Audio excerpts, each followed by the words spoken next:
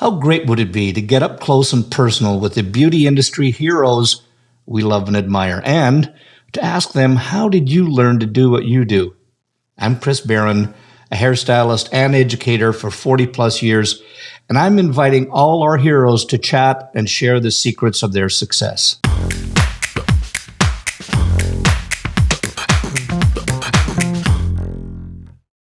Well, welcome to Headcases. I'm really excited about this week's guest because her work has been featured in dozens of industry magazines. She has been recognized in our industry as one of the top 20 most recognized colorists. She's a successful salon owner of Fuse Salon out of the Chicago area. Now catch this, voted Citizen of the Year. Not many people get that one by her community. She collaborates with the Lanza global creative team to forecast on trend color palettes and techniques. She is the global healing color director for Lanza. She's a teacher, mentor, visionary award winner, and a dear friend. So let's give it up for this week's head case, Leah Freeman. Leah Freeman. This is going to sound weird for the people that are watching or listening right now because, sometimes I don't know the people that are on here. I'm meeting them for the first times or they're becoming my new best friend. But Leah has been a best friend of mine for, nigh on 100 years. You can tell it by looking at me, but not by her. Leah, it is a pleasure. I mean, we used to work together all the time, and I miss that so much. And it is such a pleasure to have you on here. Yeah, and I just want to say it's an honor to be on here. I think when I got the initial invite, I was taken back. So you were my very first international audience I ever actually did as a facilitator. I did with you in Canada. Mm-hmm. And I have some great memorable stories about that. But yeah, that was good. That was for Chatters, wasn't it? It was. We did Chatters. It was. Yeah, we've done many a thing together. So and I just want to say it's a pleasure. And I want to just relive a couple of those things together because before we really get into some of the meat and potatoes, because I can always remember back at, this is when, just as an intro, you heard it in the introduction, that, she's the grand poobah with Lanza now, but in our Redken days together at the Redken Exchange, it was always color no why, cut no why that went on together. And forgive me if because it was you, Patrick, and George, right? Garcia. Wasn't it? Yep. And then there was myself and either Sam or whomever else it was with the Cut and Know Why group. And it was just, the fun was, I think we always challenged each other to, who could get the most flip chart pages up on the walls and see if we could wallpaper that. But it was also, what was so much fun was, yes, the teaching was there, but the camaraderie that happened between all of us, and how, you'd go out and have a drink after and you'd just have laughs and stories. And I think that's the part that I think that most people never get to see. Yeah, I have to agree. I mean, I can tell you how many times we went back to your house and Rita would make, appetizers and we'd have limoncello and, it was always such a great, it's the friendships people don't realize that we really are friends. And I think that's the thing. I think when people work together in a lot of industries, my experience has always been what you see on the outside looks one way, but on the inside, is it really the same? And it was really the same. It's like what you saw there is what you saw at home too. Yeah. So, and I think it was, it's also the values that you have, and I think that's one thing that I've always admired about you.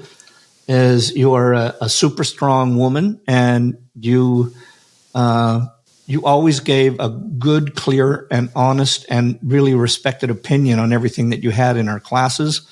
And when we would, because for those of you who didn't know, if anybody that was at the exchange and saw the class, they saw it from 9:30 to 5, and then they didn't see the debrief that went on for like sometimes 2 hours after that, while we were all learning what to do and learning to become better. And then sometimes it was people had to hear stuff that we didn't always want to hear on how to make it better. But you were always there and just always saying, okay, go, what do I need to do to be better at what I do? And that's what I always admired about you, girl. I appreciate that. I really do. Yeah. So, I mean, let's face it. So times have changed. Yes. You're now with, I want to talk about your career as it's going now, because yes, I do stalk you. We get to see, for everybody watching and listening right now, we do pass in the dark when we're at shows together. But I want to go back so that the people that know you on here are going to know your history. They might not know the stuff that got you there, but I want for the people who might be the first time that have this incredible opportunity to meet you is to know a bit of your background and where you came from. So I want to know, was hair always the gig? Did you wake up and you said, I'm going to be a hairdresser? Or how did it start off? What took you to it? So crazy. So I struggled my whole life in school, and I found out very late in life that I was dyslexic. And so right before I was getting ready to graduate from high school, I was the lower 10% of my class, huge class. And I had found out a week before I was not graduating with my graduating class. And I remember having to go home and tell my mom and dad that. And I knew at that moment that college was not going to be an option. All my friends were visiting these universities and all this stuff. And my parents always knew that if I were to go to college, it was going to probably be state college. So I went home, was talking to my mom and dad, and I was just expressing to them how hard everything was.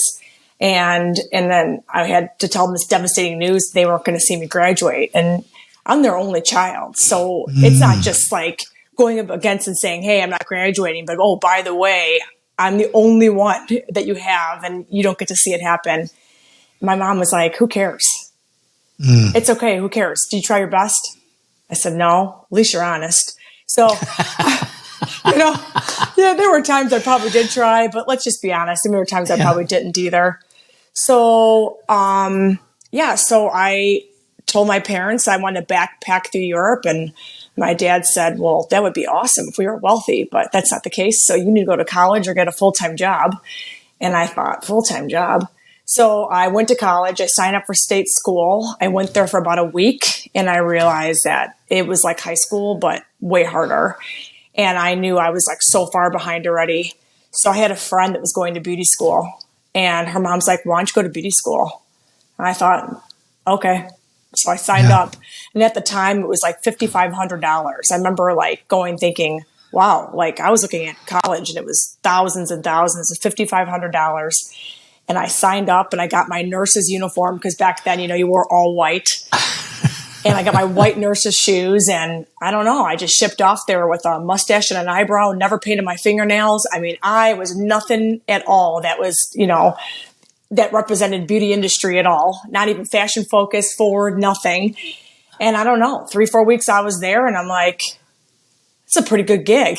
And I like it. And, it took me longer than most kids to get through it. I mean, because of my own struggles. But once I started getting the hang of stuff, I think that's why, for me, teaching is where I ended up turning next, because I saw how hard it was for me. And I think I realized I could relate to other people that had the same problem that I do.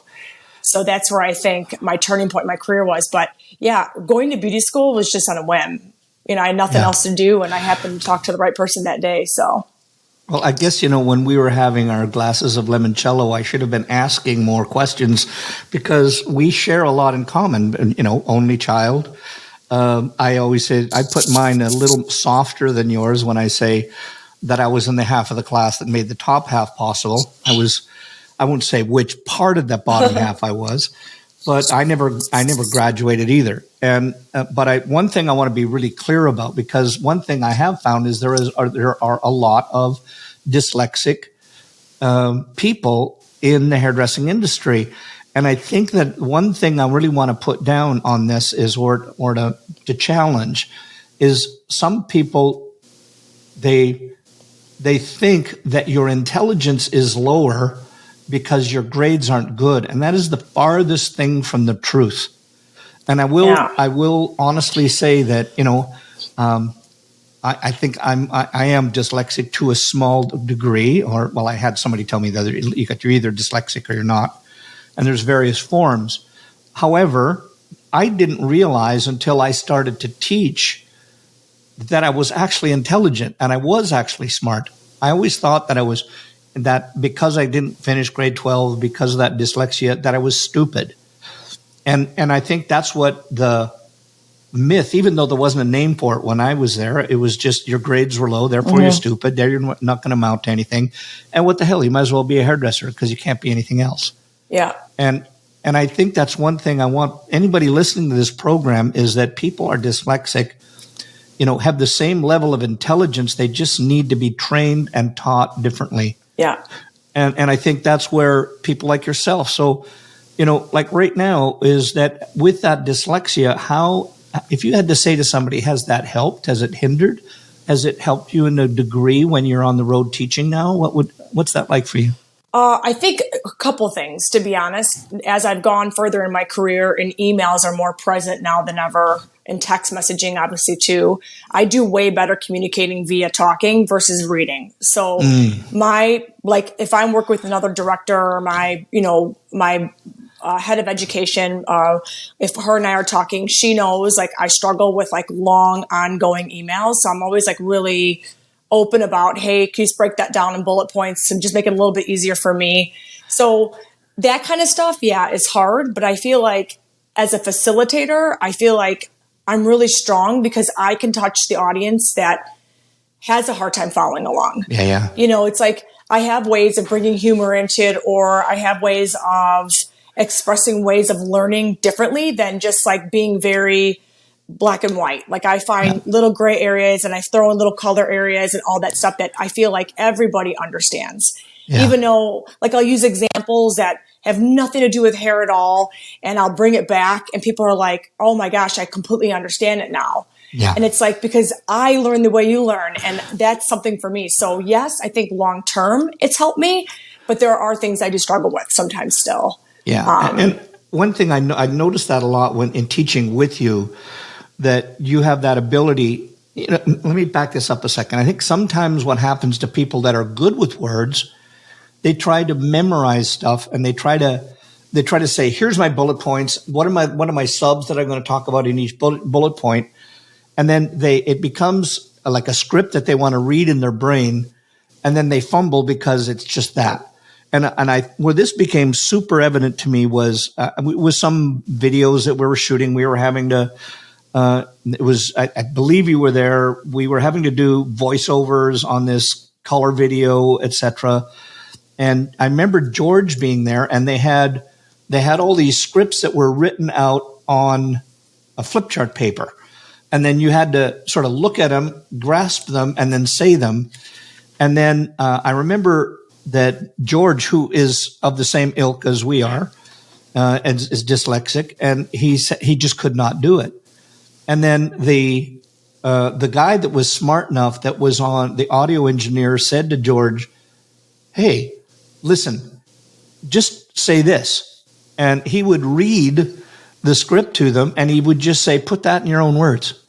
Yeah. And then George would just spout it off because it was to him, it was a visual or a thought, and it was a thought process he could just talk about rather than trying to get every word out verbatim. So, I guess to that point is that anybody that is out there that is struggling with dyslexia, or if you're just starting in hairdressing school and you're saying I'm dyslexic and they're having a harder time, no, there is a road at the end of the tunnel, and you just have to find teachers or your own self that can help you with the struggle, and teach to you in the way you need to be taught. Okay. It's interesting because we address adult learning so much differently than how kids learn. Yeah. And I feel like going through so much training with you and Sam and, the whole crew, the way we teach to adults, we never consider that for kids. And it's funny because if we could touch kids like we do with adults in learning, it could change everything. But we go back to the old school way because this is the way we've done it for 100 years. And it's it works for 60% of people and the other 40% get left behind. And it's so. Yeah. Don't get me started on that whole one of that. All I had to say is that if we just treated everybody in adult learning like they were kids again, And the people that were in the audience could put out of their brains the stigma that they have that they're going to be judged. There's so much of that crap that goes on in our world that if we could just leave that stuff alone and just come into a class just with an open brain and just like, okay, I'm going to draw something and just have fun with it and screw it if you're going to make a mistake. Whereas we always know that we've always been judged. We move up higher if we score well. We're seen badly if we score low, just like it was in school. And so we tend to protect ourselves.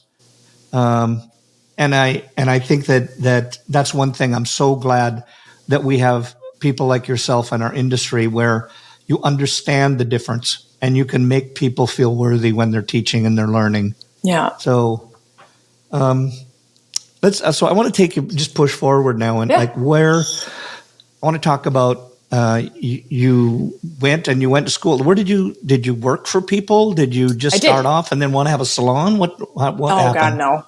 So I worked for this lady. Her name was Vivian Germato. She mentored me at first. She was my very first mentor, and she opened a second location, which at the time was in Frankfurt. And then I went to go assist under a woman named Jennifer Suarcheski.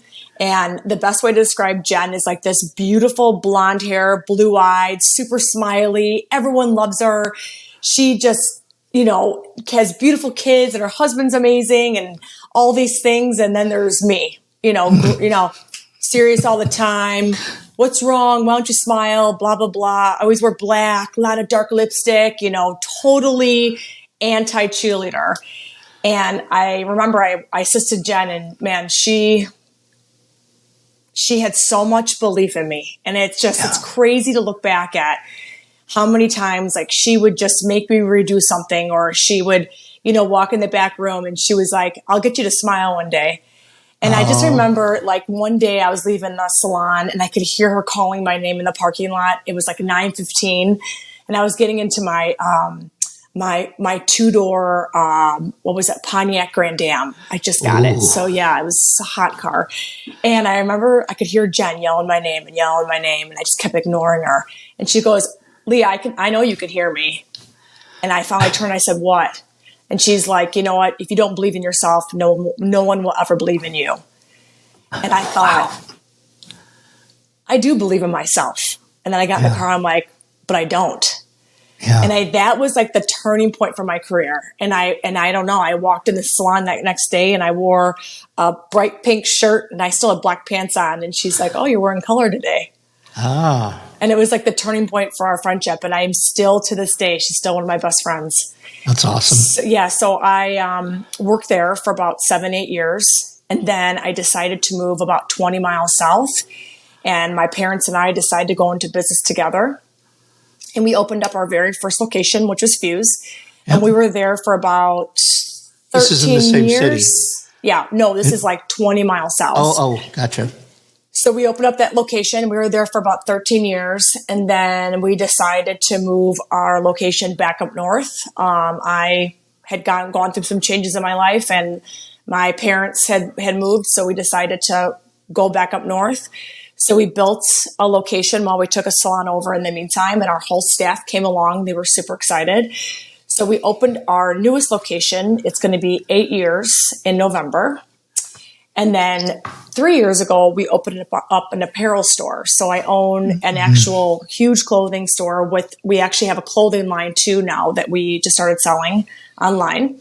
And then we have the salon still. So the salon's been in business now. Not bad for a dyslexic girl that finished in the top 10, in the bottom 10% of the class. Bottom 10%. I know. Crazy to think. I swear, I think my parents for a while thought she's going to live in our basement forever. I'm pretty sure. There were moments. My dad's like, we're going to see her forever. She ain't leaving. She's going to be one of those kids. Let me ask, so you got there. Now, when opening the first salon to the second, was there, I think that everybody, what I hear nowadays is from everybody, and I know I'm not going to go down the rabbit hole of whether things should be independent or whether they should be commissioned or whatever, but I want to take it back to when you started the first salon, and did you, when you first went in there, what was it like? Was it, everybody says, I'm going to put my shingle up there and the money's going to come rolling in Yeah. and everything's going to be golden and I'm going to be able to No. drive Corvettes and have airplanes and et cetera. Yeah. That's the way staff thinks too, though. Yeah. I could say, I mean, I'll be completely transparent with you. In a 13-year time period that we were at that location, there's a reason why we changed locations. They say location's everything. It is. We overtook a space that was really, really big. It was like 4,000 square feet. The salon was 2,000 square feet. I didn't utilize the space appropriately. I let my dad not take hold of my spending, or, I was traveling a lot. The salon wasn't getting busier. I was never really big on accountability with people. Like, I look at now and look at like how, I look at a very good friend of mine, Jason Morgan, who I know and I look at the success he has. And like, he taught me, he's like, Leah, you guys have to have rules. And I never wanted to be the girl that gave the rules. And so in a 13 time period, my parents put $1.3 million in our location to keep it open. Wow. And I just think like the reason why we moved is because my dad was done. He was like, I've had it. This is bullshit. We're done here. This is a non-profitable. This is my retirement we're talking about now. So my mom at the time, she was still alive. She's like, Michael, we have all these employees and we're going to let them down. And my dad, like, coming back to human kindness, was like, you know what?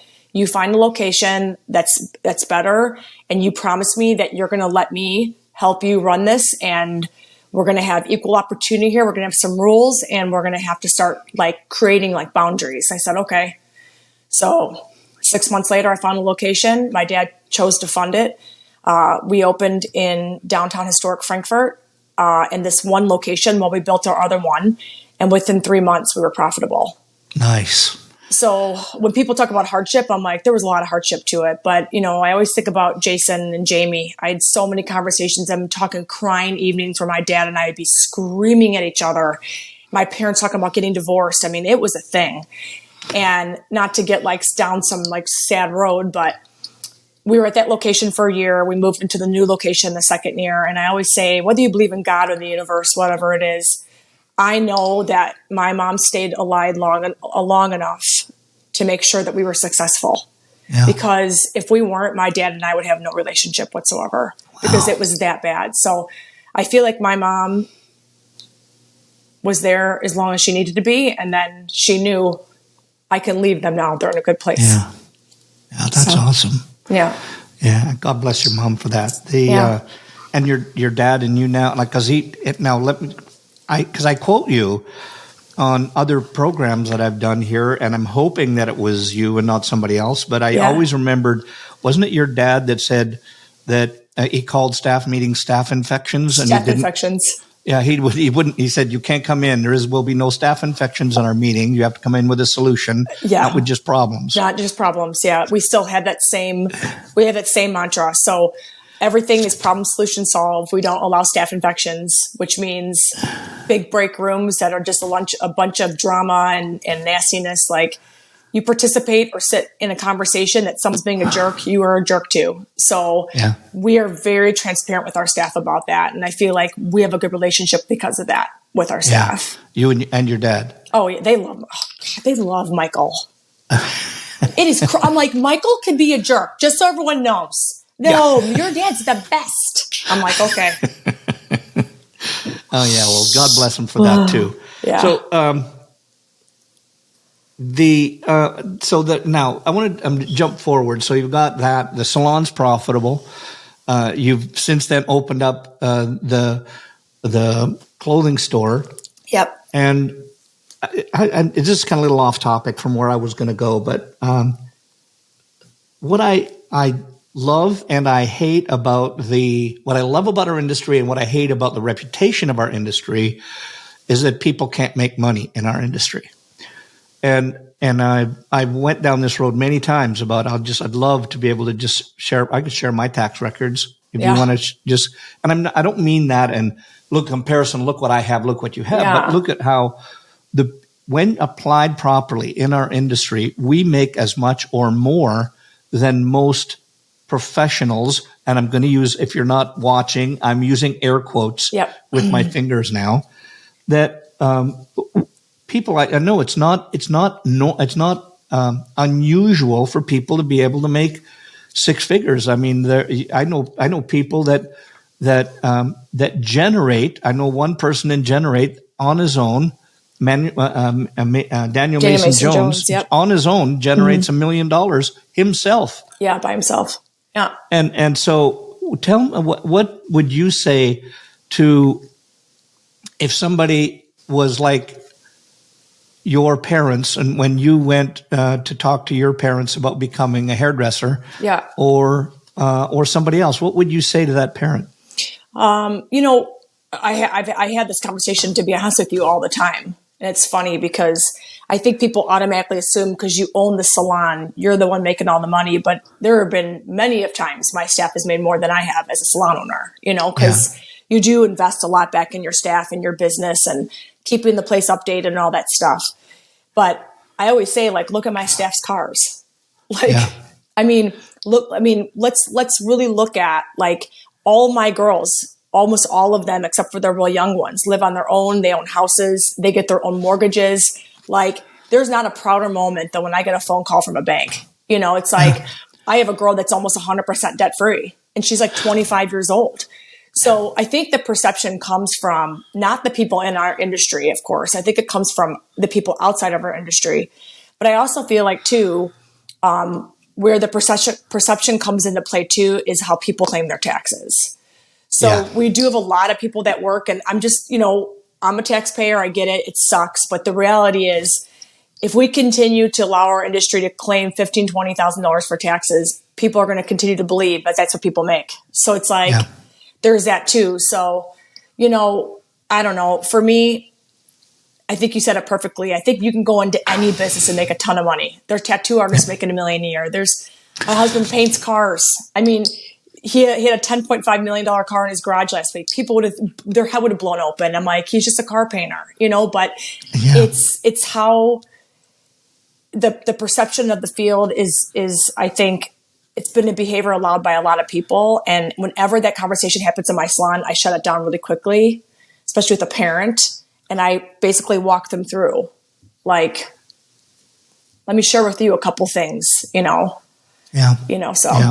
I have girls that make more money than their husbands. Yeah. Well, yeah. And that's not common. Uncommon. Yeah. That's not uncommon. Yeah. I think that's what I do love about our industry. And I've said this in other programs that I've done, but when people, if they want the shortest answer of when people say, what can you expect to earn in our industry? And I'll just say to them exactly what you deserve. Yeah. What do you want to put into it? If you put the time and the energy in, and if you think of it like it's going to sound weird, but if you think of it like an investor, is that you have to be able to make money. And if you're just putting yourself on the clock, and most people, if you have an employee mentality, nothing wrong with that, absolutely. But if you have an employee mentality, means how much money can I make during the hours that I have in my business, whatever business that is. And if you can take that and then you can say, okay, I've got that amount of money, but now I'm going to be able to pay a certain amount of things off. And then I'm also going to take a certain amount of that money and invest it for my future. And I'm being a bit of a hypocrite when I say this, because I never did it when I was young. But I had to do it 10 times fold when I'm older. Because Chris, we're not taught it. We're not taught it. Bingo. If the same kids that come to work here at 25 and they're and I don't care if you're independent, if you're working in a commission place, but what are you doing to set aside money for yourself? So, because, I was teaching a program last week and I just put it in, I hit somebody between the eyes with a 2x4, metaphorically, because we were talking about, the salon gets all of this. I said, look, at your job is, if you're working in a job, your job is take care of you and your family. That's your job. And if you do it wisely, and you'll work in a place that helps you, and you'll work in a place that will help you, guide you financially, so that you can not only pay off your debt, but you can put money aside. and you can put money aside so you have it for your future, or you can invest in something where you have passive income. Yeah. I mean, and that may be a salon. It may be another business. It may be just that you're going to just have something that you can make money while you sleep. And I think that if we would have those programs in our industry, that would change everything. I use that terminology all the time. Make money while you sleep. I'm like, it is my goal in life. Like every year I have another goal of how much money I want to make or what I want to achieve. And I know people say money doesn't buy happiness, but it definitely helps. So yeah, I mean, it definitely helps. I don't want to work till I'm 80, No. So, and my whole thing is like, to your point, and it's people like you that I feel like having these podcasts and talking to our industry about how important it is to set aside and things that we did wrong. Because I didn't start setting aside either. And here I have a dad that is a freaking financial genius, but he's not going to tell me what to do. My husband, on the other hand, he has a lot of opinions on my spending. But, it's funny. I'll sit there and talk to somebody that will have a $3,000 handbag, but doesn't have a savings account. Yeah. And it's just, we have to address this in school. Like, this should be a program in beauty school. Yeah. It should be a program in high school. I mean, I think to myself, how many kids leave? My husband and I listen to these things all the time. They leave high school, they go to college, we listened to a guy that had $1 million in college debt. What bank would give somebody $1 million for college? Or $500,000, and we're talking they're having $6,000 and $7,000 a month in college debt. It's like, oh my gosh. Yeah. But our credit card debt, I can go on and on. This is like talk about the rabbit hole. But it's true, and I think that if we can help people in our industry understand what that is, to be debt free and to have money on the side and investments so that you're making money while you sleep, and that takes care of your family. Yep. So at the end game, you can sleep at night and all those things. I think that's you and I have to collaborate on something on that. I love that. I would do that with you in a heartbeat. So let's just because I want to just jump subjects here just a bit on there. And I want to talk to you because this is always, I know you as a super loyal person, and you worked with Redken. You were Redken through and through. And then you had this great opportunity to advance when you went to Lanza. And I'm sure that everybody wondered, what's it like? What was that transition like of moving from one to the other? Not only, I mean, you could think of it, well, I'll have to learn a new color line, but it's way more than that. Oh, yeah. Right? You're with different people and different cultures. And so what was that like for you at the beginning? I first want to say that I tell this story in every class. So I want to start with, I was with Redken for 13 years. And because of Redken is where I'm at. Because of Chris Baran is where I'm at. Like, because of the people that laid the path and taught me is why I am where I'm at. The reason why I left Redken to come to Lanza was just opportunity. It was an opportunity to do something that there were 3 people in the seat at Redken that I knew still had a long time to go. And this company needed help, and I was going to help build a bridge. And I'll never forget, David Berglass and I were on the phone, and he's like, listen, L'Oreal is a great brand. He's like, but they have built some of the strongest bridges. He's like, I'm looking for someone to help me build a bridge. And I thought, damn, that's a really cool way of saying it. Like, I want to help build a bridge. That's just really cool. So when I moved over, at first it was a struggle. I'm not going to lie. Like, I had so many good friends at Redken that going to Lanza, I knew nobody. It was like walking into a classroom when school's been in session for years and you're brand new to the community.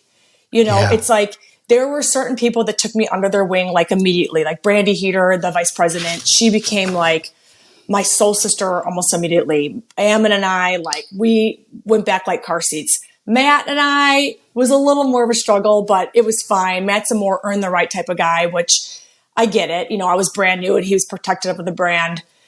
But overall, the experience was challenging. I had to make sure when I went on stage, I would say, Lanza powder to colorizer, not up to 7. It's like, oh my God, like you're literally deprogramming everything you know. So, like, I remember being up there and I'm like, don't say cat treatment, don't say cat treatment, don't say cat treatment. And then as soon as you say, don't say it, then your brain wants to go, cat treatment. Yeah. So, I think the thing was, at first I felt really disloyal because I see a lot of artists that jump to brands, but, you know, I felt like when I left, you know, I talked to Sherry Doss, I had such a great conversation with her. Suzanne Sturm reached out to me. Everybody was so kind about it. Sam, you text me right away. Ruth Roche saw me on the road and she's like, you bitch. I said, what? She goes, you'll never have to do energy ever again. And I was like, that's right. You know, so I was always like, what do I do for energy? Because that was the thing that made me so nervous. I could talk in front of thousands, but tell me to go do energy. I'm like, what am I doing? Go to the gym? What am I doing? Yeah. So, you know, that was funny. But like, people really genuinely were nice about it and supportive. And it wasn't like, I don't know, it wasn't like I was leaving religions. You know, everyone, it's like, and I think Justin Isaac says it all the time. He's like, we're not having a hair war. There's so much business. And it's like, I just love, I could still collab with everybody. And like Jay saw me at the airport a few weeks ago and videoed me walking through the airport and, you know, did a secret video and posted it. I just like the fact I still have those people, you know? Yeah. What I love, what you just said there is that there's people in our world that come either from scarcity or you come from abundance. And I think that even if people in their goals that they have and their values that they have, one of my teachers just said a short while back, and I was redoing my notes and I made sure to write this one down again, is that if you don't have abundance in your life, that you are doomed to a life of frustration. Because it's always about woulda, coulda, shoulda, what would have been like there? Or, let's face it, in our industry, it's got to be hairdressers first. And it's not about, there's plenty of great manufacturers out there, and there's plenty of great artists out there. And just because you're working for one brand doesn't mean that you can't be friends with somebody else or share something, because our whole goal is that what do we do to make hairdressers better?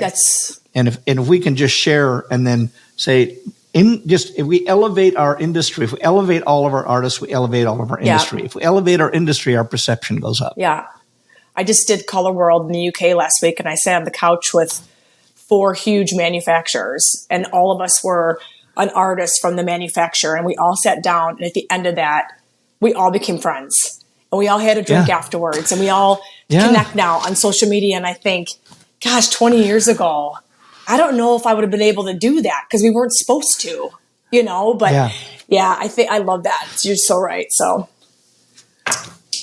let's kind of switch that, because we kind of got a good segue there from going from, manufacturers and the camaraderie that we actually can have. I always call it the hallway talk. But now there's social media, because I think even from the time when you had that opportunity to go to Lanza, in the last, whatever it's been, 5-6 years, social media hit us really big. Influencers hit us really big. They punched us in between the eyes. It took the world by storm. So, and it is what it is, but because, I think then we had all of that, and I was stalking, and I read some things that interviews that you had done in the past, and you brought up a really interesting point on one of them about how social media has its pros and its cons. And I think that there's this passive aggressiveness that can happen in our social media that contributes to the what am I calling, the mental well-being of a lot of people that are out there now. Yeah. So what's your take on that? Funny. So my husband just read a study on Harvard University that talked about kids being on social media for 2 hours a day, that they're seeing a 60% decrease in mental health, and how kids are on the rise with anxiety and severe depression. And it's like, I get it. As an adult, I get it. And I got thick skin. Like, you really got to kick me in the jaw to hurt my feelings. Like, it takes a lot. But I'll tell you, the one thing that I don't think people really understand is it's like Yelp. Same thing. Like, to me, Yelp is like a form of social media. It's like someone can take your work, they could put it out there, they could say whatever they want, and people can just tag on and be nasty. And they just think it doesn't hurt their feelings. They're fine. Because they have a following or because they work for whatever. It's absolutely insane to me how it's one thing where I can control my page. This is what I always talk about. There's one thing where I can control my page. I can post something. If someone becomes a complete jerk, I can block them. I can remove their comment. But it's another thing when a larger platform takes my work, post it, and then let somebody take me to the field and just, it's like a firing squad. And it's like, I've recently went out to a very large platform and was said, I find it to be horrible that you let this happen to artists. Like, I don't think you understand what it does for people long term. And they didn't have a response for me. And it's like, you took my work and you let the firing squad take me. And it's like, I would do anything for anybody. I wouldn't write a review on anybody, no matter how pissed off an airline gets me, a restaurant, whatever, to go down a rabbit hole and mention people's names and do a Yelp review. Like, that can affect somebody for the rest of their lives. And I just think, like, that's the part about our industry that's so sad to me is, aren't we all in the same playing field? Aren't we all doing hair? Like, it's no different than when a customer comes in, they're like, I think that stylist, the last one I went to, I think she effed my hair up. Don't you think? Don't you think? And they're trying to get a response out of me, a reaction. And I say, I don't. It's taste factor. Yeah. Just because you don't like it doesn't mean it's wrong. Just because you don't like it doesn't mean you should comment. So if there's anything that comes from me with social media, that's where I'm challenged with. It's hard because I just think that people like you and I and anybody that's been doing it a long time, like, it's okay. I could be an ass to them, you know? So, yeah. I think it's you bring up good points there. And I think that, I don't know what's going to happen. It is going to happen to be kind. Again, we've got to get, sometimes I think we've had so much shit that's been piled on us over the last couple of years with COVID and, everybody's wondering where things are going. And I think that people get a lot more emotionally involved than they should, but they get very personally involved and attached. And I think that my motto is if I'm not going to say something to your face, then I shouldn't put it on any social media, And by the same token is that if you do want to say something, then couch it in something about, I like this I don't understand, help me to understand why. Understand it, yeah. Yeah, and I think that would make it so much easier for people, etc. I think in coaching, I always say this in coaching, and I know I had to learn it from one of you guys, but it's like, is it going to help them or is it going to hurt them? Yeah. Because if you're telling me to help me, then tell me. But if you're telling me to hurt me, don't tell me anything. Yeah, you know what? And I think that's the other thing is that if people really truly understood coaching, it's different than opinion. Mm-hmm. So if you start off something with, I think you should, then that's an opinion. Yeah. And it just means that's what you should do. Mm-hmm. It doesn't mean that's not good coaching for that person. But I think that if we could help our industry along just by, number one, being kind. Number two, you can frame things in a way that you don't have to be hurtful, or that can be said in a way that can be taken as proper coaching in a positive manner. I realize I'm kind of jumping around here a little bit, but I saw a post that you did, and I think it probably was in COVID time. Okay. And it's all good. Okay. It's all good. It's not. I'm not going to jump from that. I'm known for some naughty posts, so okay. Yeah. Well, I won't give the image that was along with it, but and I wrote that down, and I'm going to quote this. And you started off. He says, "Yesterday was a tough call, but I feel it was the right one. Yeah. I stood outside our Fuse family and realized that if we want change to happen, we have to make change. At that moment, we decided to take a pause at the salon. Our staff is our number one priority. Without them, there is no Fuse." And then you wrote, "We got this." And so what I loved with that was that I pictured you sitting outside your salon I know that you probably got a different car than that Pontiac Grand Am or whatever it was, but is just the mental thing of saying, look, if something's not right, or if times are shifting, we've got to make a change. Can you tell us a little bit about that? Yeah, so that was COVID. So to be honest, Jason Morgan and I were talking the day before, and Jason talked about closing his salon. And he's like, Leah, you guys have to really think about doing this. This is a real big problem. And in Chicago, it wasn't even being talked about yet. So I called my dad on Wednesday because I had just flown back and people were starting to wear masks at the airport. And I called my dad and I said, what do you want to do? And my dad's like, what is your gut telling you? And I said, I think we should close until this country has a hold on what's going on. So we were the very first business that I know of in the state that closed that Wednesday. It was the following Friday or Saturday when the governor finally made the call. And we didn't even know the call was going to take place. But we knew at that moment, until we knew how to control what was going on, that if we didn't put our staff first and we kept putting the expectations of what the country thought we should do at that moment, like, you should stay open because I need my hair done. It's like, no, my staff's important to me. And we've saved money for if anything ever happened. And right now, if this looks like we're taking a few days off until we know that we can wear a mask or anything, because we didn't know anything, if you remember, at that time. Right. So we had to take a pause and just reconfigure and find out what was more important. And it was our salon people. Yeah. Yeah. And I want to, just for clarity on this happened right at the beginning of COVID, before everybody really knew what was going on. And I know there's some people that are very strong opinion on both sides. Yeah. Like, what the hell, we're closing on the one side, what doesn't matter. And the other side, it was very, and regardless of where you stand in it, what I really loved about what you did is you took a stand for your team, and that was your call. Yeah. And I'll never forget, one of my mentors that I don't get a chance to talk about often enough was Bill Ross.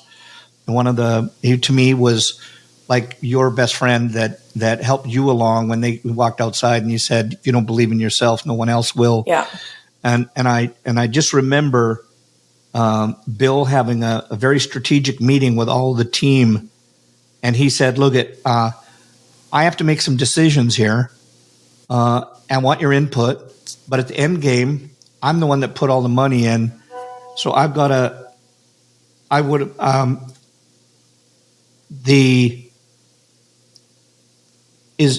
what he said was, I have to make decisions. So if I've got to make a decision, some are going to be right, some are going to be wrong.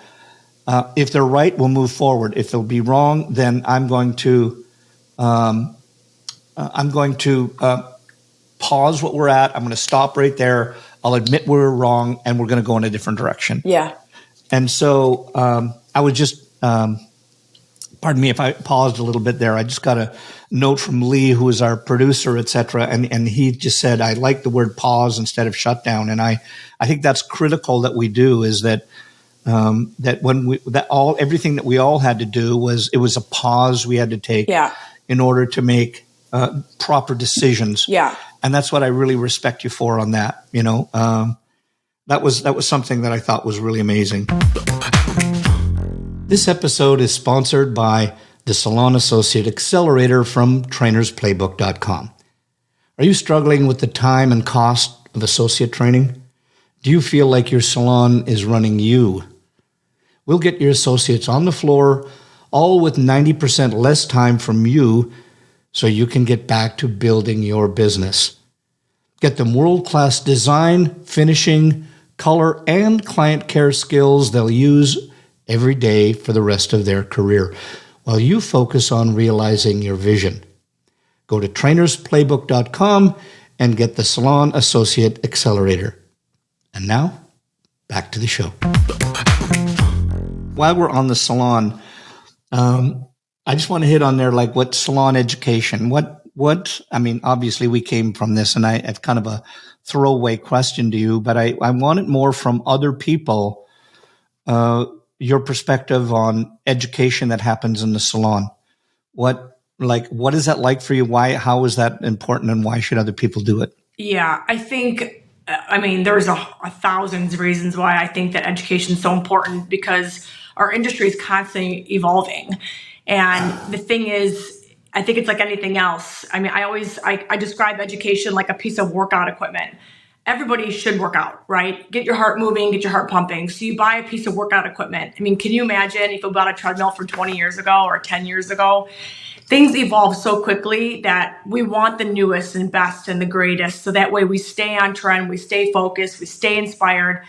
The reality is what we do is draining. I mean, let's just be honest. I mean, the customer itself, I mean, we are a lot of the times the only people they really can talk to, Right. or so it's like being able to keep that door constantly going in a circle is not the direction I want my staff to be in. I want them, constantly feeling like every time they open a new door, it's a new space, So Yeah. I think education is key. Even if I wasn't an educator, I could tell you education is key.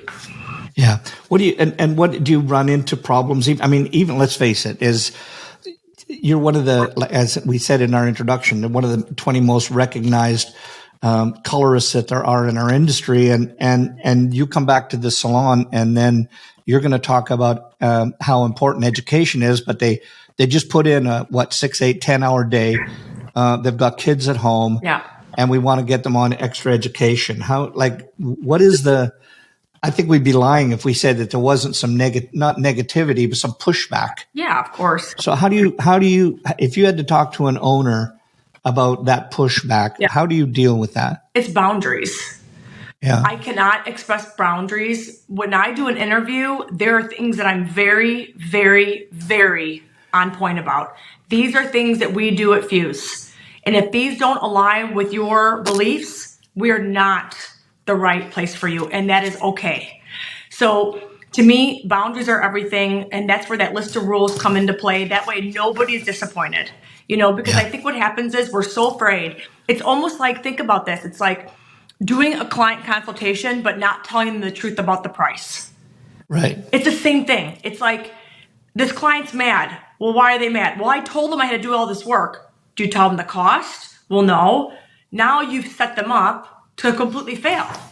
So it's like you need to be very, very, very specific on what are those 5 or 10 things that you expect your staff to do when they work for you. The other things I can maneuver with, or I can push aside, or I can help you get through these. But these 10 things are a must-have in order to work here. Yeah. Yeah, and it's to the point is that, like, I remember my teachers always saying that there's 3 things that you have to create culture, and hope I'm going to remember them all. One is they have to speak the same language. Number 2 is that they have to believe in the same thing. You have to have constant a belief in that, and that third one is gone for me right now. But I think the thing is that about a belief system is that when you interview people, we've got to make sure that they have the same values and the same belief system that you do. Yeah. Because if they don't, and if they vary, they're going to be gone straight away. Yeah, no, it's church. You have to look at business like church. If the church doesn't fit what you believe in, you wouldn't go to that church. Right. And that's okay. You'll find a church that fits for you. Yeah, exactly. So this is another thing that a question that I get asked as, an industry leader, and then having to go and do ordinary work. Yeah. Because there's, I think the people that look and they'll see Leah on stage, whatever country you're in. Yeah. And they say, oh, it must be so nice to be able to do all this creative work all the time. Oh. And then, but what's it like when you're I mean, let's face it, in the position in your tax to come up with palettes that are new, trends that are new, and you've got to get that out to the masses. And yet we have our customers that come in, and some of them have been with us for 10, 20 years. What's that like for the mix for you? So let me make sure I'm answering the question right. So you're asking, like, how do you go back to the salon yet when you're on the road still stay creative? Is that how you're saying it? Yeah, I mean, what's the toughest thing about, and I'm not trying to put words in your mouth. Yeah, of course. But I know for me, when I kind of, I'm in a little bit of a different situation because I'm on the road all the time, creating stuff that are going out for whatever reasons. and I don't have to be in the salon all the time. Yeah. Whereas you're in the salon all the time when you're not on the road. Yeah. And so I can just be creative, and I don't have to worry about doing length and layers and a balayage on, 75% of my clientele when I come back to work. Yeah. What's it like, and how do you work around that creatively? That's a great question. So whenever I teach technique in general, for me, because cutting's way different than color. So I always tell people what makes something commercial versus editorial is the shades you choose. So you can do something that's completely editorial that was on a balayage, right? So the principles still apply. How you apply the color and the shades you choose and how light you take it is basically going to determine if it's editorial versus commercial. So basically, to me, editorial is taking your commercial feel and just putting more gas behind it. Yeah. And I teach that from stage 2, because what will happen is people will say, well, I have guests that would never do that. Well, let me share with you what this looks like if I didn't do vibrancy all over as a final glaze. And they're like, oh, wow, I never thought about that. Yeah. So, and I feel like in cutting to a degree, it can be the same way too. Because if you're cutting just a basic lob, right? But you're doing internal texture and doing a short crop top. If this is, Betty Lou that wanted a lob, here's how I'd create the lob. Now, if they want something a little more editorial, here's how you take the twist. Yeah. I saw on your Facebook page when you were doing this technique, obviously on wefts, and it started off. I'm going to have the colors mixed up, but I'm a designer, so forgive me. But you started off with a red, and then it went to a blue, and then a purple, and then an orange, and then back to another blue, and then it was like more of a fuchsia color on the ends. Yeah.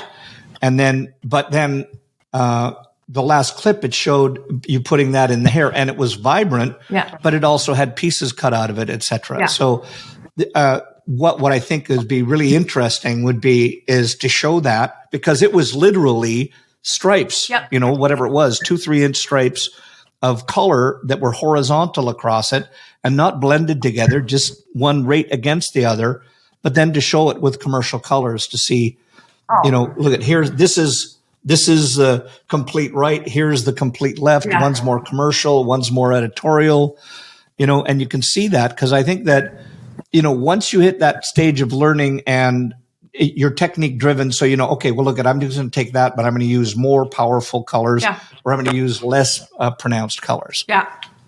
No, it's a good point. I do that from stage. I've never done that on social. I'm always looking for content, so I appreciate it.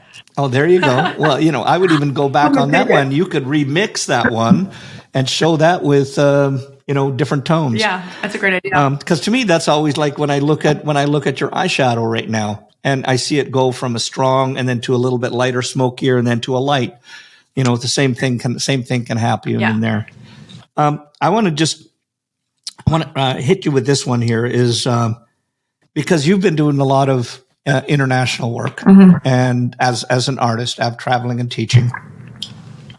So is there a difference that you notice? I mean, I have my opinions, but you go ahead. Is there a difference when you're traveling from country to country or going across the pond, as we say? Yeah. I feel In what way? I definitely see a difference. I feel like the U.S., we have pockets of people that are very editorial, where overseas there's a vast community that is very editorial. You see women of all ages wearing multicolors in their hair very commonly overseas. You see very aggressive, super cool, rippy texture haircuts and really like over the top like colors that are still very stunning, but very considered editorial, very fashion forward there, but yet worn still beautifully. That's where I feel like the point of difference is. I feel like the pockets that here are definitely more driven to a certain age, or they're hairdressers, right? Yeah. They're either 25 and under, or they do hair. Where over there, they can work in the parliament. I don't know. It's like so crazy. Like it's such a difference when it comes to self-expression. And I think it goes back to also judgment. I don't know. It's like, it's interesting.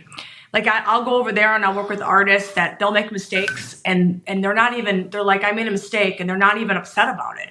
They're like, I don't know, I mixed the wrong color, where over here, You make a mistake, you're like waiting to get, smacked, or you know what I mean? Like something can happen. Out the door. It's definitely Yeah. a different, feeling for sure. Yeah. I mean, What countries do you find were the most challenging for you to teach in? oh gosh. Russia is a good one because they're they don't laugh. Nothing. No. Yeah. The whole time. And I'm like, they hate me, Chris. They hate me. It's like, and I'm talking to the lady. She's like, no. They're listening. I'm like, are you sure? The Germans, they're very, the whole time. Yeah. I would say probably Russia, Germany, the UK's a lot like us, I feel like. I was just in Sweden, and there was a circumstance that happened. It's really funny if you want to hear it, but I love it. okay, but it's not appropriate, so everyone knows. Okay. We can cut it if we don't. Okay. So, but I still want to hear it. Okay, so Mark Dolan is on stage, and he was going to break everybody for this Swedish dessert. And I think it's called fika. I'm not sure the name of it, but I think it's called fika, and it's like in the middle of the afternoon. So Alexandra's behind me. She obviously speaks the language, and I'm standing next to her, and Mark's on stage, and Mark's like, oh, it looks like it's 2:30. It's time for some sweet fika. And all of a sudden, Alexandra grabs my arm. She goes, oh, my God, he just said sweet pussy. I belt out this, and everyone turns and they look at me, and I'm like, do you think they didn't hear it? She goes, oh no, they heard it. They're just embarrassed. Yeah. I was like, oh my God. It happened with Ammon and I too. Ammon was on stage in Brazil. He speaks Portuguese, and he's talking about braids. And he's talking about how he loves braids in the back, loves braids in the crown, but he loves braids in the front, loves braids in the crown, but he really loves braids in the back. And all of a sudden, the audience is just dying laughing. Well, I don't speak Portuguese, so the interpreter I'm using is gone. I can't find him anywhere. And he comes back. He's got tears running down his eyes. We have a huge audience. And he goes, Ammon, what are you trying to say? He goes, I'm trying to talk about braids. How I love braids in the front, I love braids in the crown, but I really love braids in the back. He said, that's not what you said. You said you like to fuck in the front, you like to fuck in the crown, but you really like to fuck in the back. And Ammon goes, well, it's true.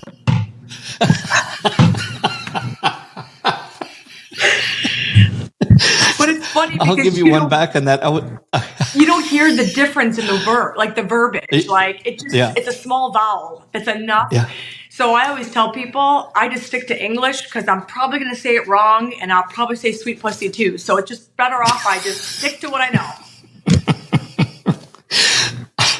I was doing a show in Mexico, and you always have the interpreter in your ear, and so and not that I understand it. It's just that I'm waiting for breaks just to know when I can speak next. Yeah. And but I'm listening because every time, and I'm probably going to say it wrong again here, and I apologize to any of my Spanish speaking friends if I do, but right now I'm holding up a marker, but let's just pretend it's a comb. And every time I took I said, take your comb, and they would say the Spanish and the word. And so I get, okay, good. That's the word for comb. So and I've always heard if you try to speak the language that they'll be more endeared for you. Yeah. So I went, okay, everybody grab your, and I'm probably going to say comb now instead of the other one, but I said, grab your piene, and everybody started laughing. And I guess one way you say it is comb, and the way I said it was your penis. I didn't even know what you were saying. I knew that was going there. Oh, yeah. I bet I still don't know which one is comb and which one is the other. I'm just going to stick to comb. Yeah, comb's good. Yeah. Comb's good. Oh, Lord Almighty. Okay. Just a couple things before we wrap this up. But this is a segment where I always do rapid fire. It's just like I'll throw something at you, and it's just like 1-word answer, 2-word answers, or whatever. Okay. Okay. The things that turn you on in the creative process. What excites you? Excites me. The people that are hearing it. Good. What stifles it? Stifles creativity. What stifles mean? What ruins it for you? People's negative opinions. Oh, yeah. Event or show that you loved. You've probably had many, but the first one that comes to your mind, event or show that you absolutely loved. Probably Symposium. Oh, nice. Things in life that you dislike the most. Not necessarily in industry, in life as a whole. Things that I dislike the most. Eggs. And what you love the most? What I love the most in life. Probably say all my friends and family. Love it. Most difficult time in your life? When my mom died. Oh, we'll pray for her. Things that you hate most about our industry? Probably Yelp. Love it. Person you admire the most? Probably my husband. Awesome. Person that you wish you could meet? I mean,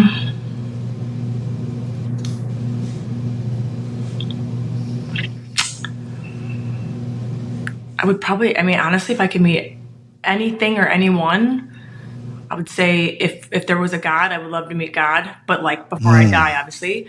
Or if there's like a leader in the universe that's outside this world, I'd like to just have a few minutes because I have some questions. Yeah, that would be a really interesting conversation. Something people don't know about you?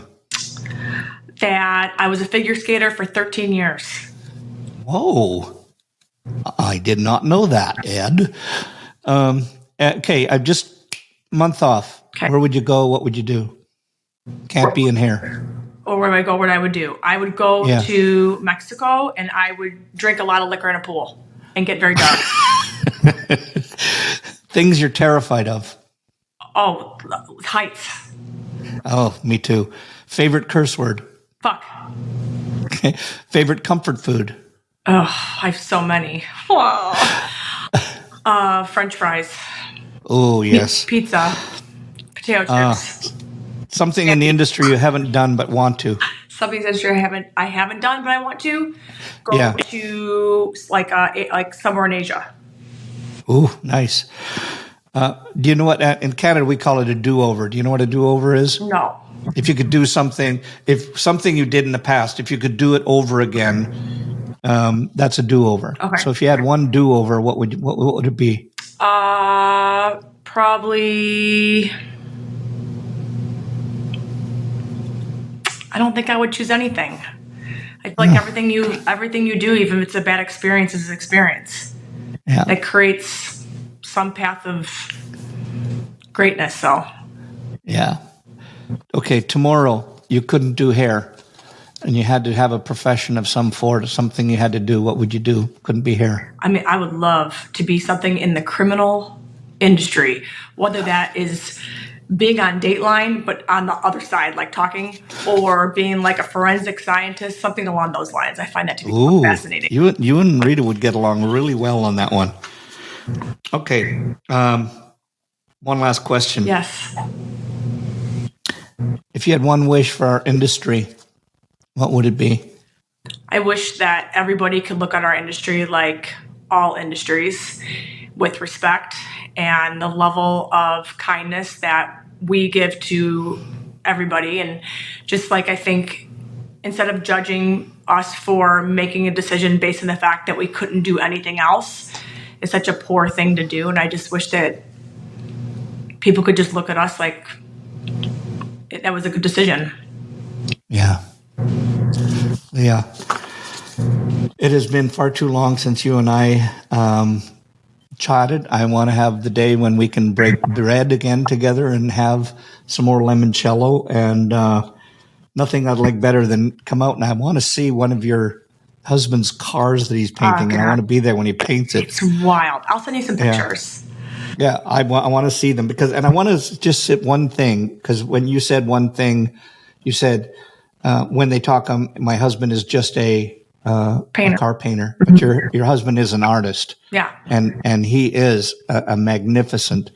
The cars that they build are just absolutely phenomenal. It's so, wild. Leah, I just want to say thank you. Thank you. I want to say thank you to you, to your parents, for helping you put all this together and being you. And it's been a real pleasure and honor having you on here. And thank you, Kristen. I just want to thank you for always being so kind to me. You've always been such a great mentor to all of us. I mean, I know for those of you that don't know this, and I don't know if they still call him this, but Papa Bear is what we always call him. And he's always going to be, there it is.